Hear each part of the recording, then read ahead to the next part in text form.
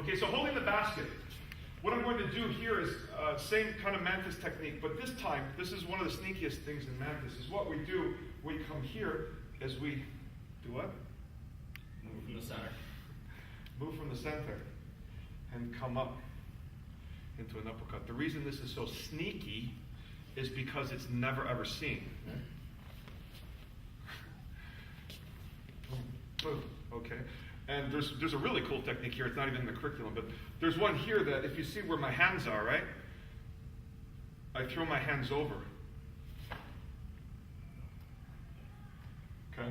Now, the Sui Jiao lock that Shifu was talking about before, this is locked, and he's got his fingers up because I've been doing this for 12 years with him. But if you notice here, right? I'm here, boom, I throw an uppercut.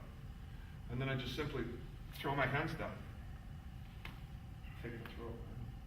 This is called controlling the Rüstungsdrück. We're not going to get into that one. We're going to do a funner one. So the uppercut, once he blocks, I'm going to snap the inside of the elbow and bend the ulnar and the radius forearm into this position. I keep the elbow into the xiphoid process. Boom. And then I just simply squeeze. This is called holding the basket. Okay, everybody got that? Okay. It's a real simple. Be careful on his elbow. Be careful on his elbow. No, it's okay. Just don't do it as hard as I usually do.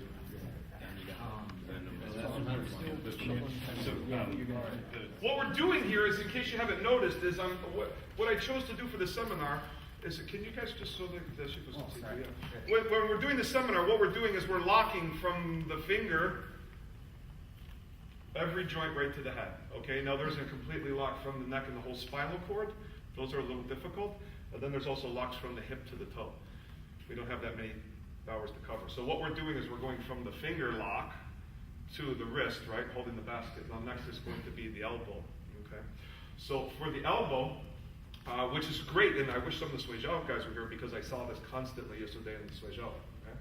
So when we're talking about fighting, we have a center line, and he has a technique. We have center line, side doors, back door, upper gate, lower gate. Does everybody understand this? This should be a universal thing between martial arts. Okay, so anytime I'm here, I'm closing the center line. Anytime I'm here, I'm opening the center line. Most techniques, I feel comfortable closing the center line because now I know that I've cut half of his arsenal, right? I don't have to monkey around with, being inside and having to fight my way out, right? But this technique, we're going to open the center line. And how it works is the same thing here. My hands are up, right? Boom. Okay, so I grab here, and then all I'm doing is I'm coming into a straight punch. Okay, notice the center, right? Moving from the center. Boom. Throwing a straight punch. Now, look at his high block. This is a pretty typical way of blocking, which I want him to block. I don't want him to block badly, which is like this, because now I'm a little screwed up. And I always teach the blocking that should slide off, like rain off a roof, right? The roofs are never flat, or should be. So boom, when he blocks, what I'm doing is I'm circling using his energy. Circling up and locking the elbow, just like Sifu Richard was talking about. Okay, locking the elbow. Now what happens when I go to lock an elbow? Anyone? He wants to bend, right? If he doesn't bend, this is what the Sui Jiao guys are doing. Right? Beautiful technique. Just come in here, boop, turn. So if we're trying to hurt, and we're not being in sport, when I go to do this and he bends, all I do is reverse it and drop, right? So again, he throws the punch, boom, boom, up, and lock. So everybody got that? Very quick. Sorry. Remember, when you're doing the lift, you got to get the person up on their toes for a split second. Yeah? Punch. On the toe? Opening. We've done the finger, the wrist, the elbow. Now we're going to do up into the shoulder. Okay? So this one is going to be going back to the first thing we talked about, which is moving from the center, popping, dropping our center, doing the distraction. This one's a little crazy, so you got to pay attention. It's kind of difficult to pull off. When you hear, what you want to do is you want to do the slight distraction first initially, right? To get him to react. Now, once he reacts, all I want to do is come over and elbow him in the face as hard and as quick as I possibly can. If I miss, which it's okay if you don't, now what I'm going to do, can we spin this way here? When I come over, I have to have enough confidence to let go. This whole technique works on letting go. I let go, and I drop, and I come up. Now, notice what I have is his wrist, his elbow, and his shoulder. And to assist, I take the neck and here, right? So again, he throws the punch.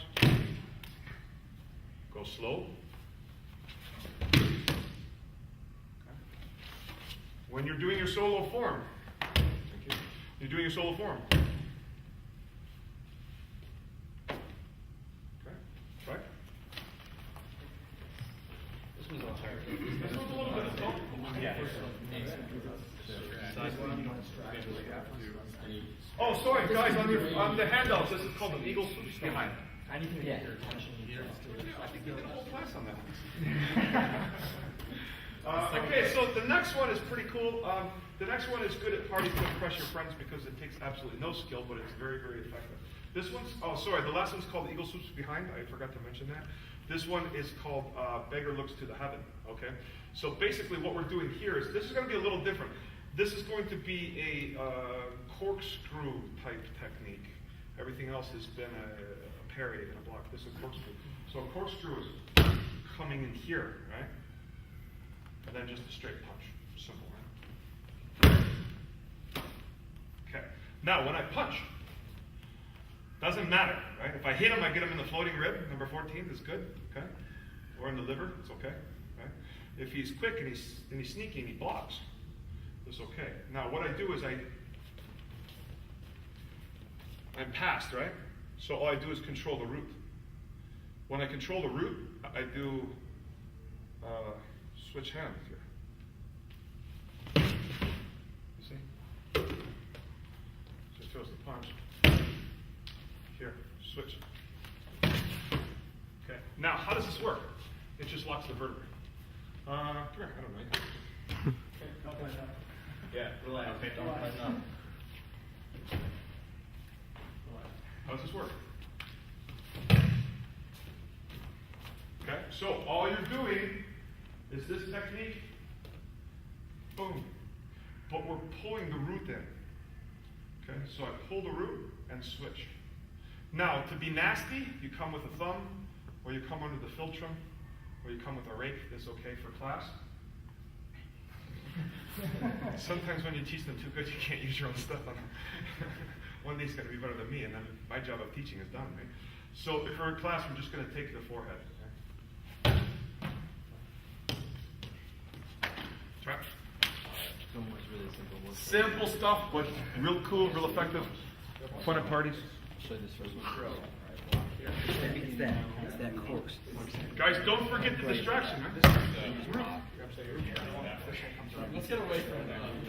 That is from the finger to the head, right? We don't have time to go through the spinal cord or the leg, so that gives you some fun stuff to do.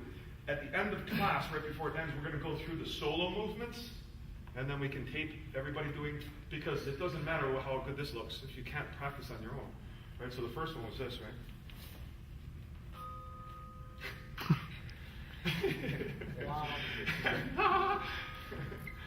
Okay, master way. Boom. Second one's this one, right? Third one's this one, right? Monkey sit on temple. Last one's this one.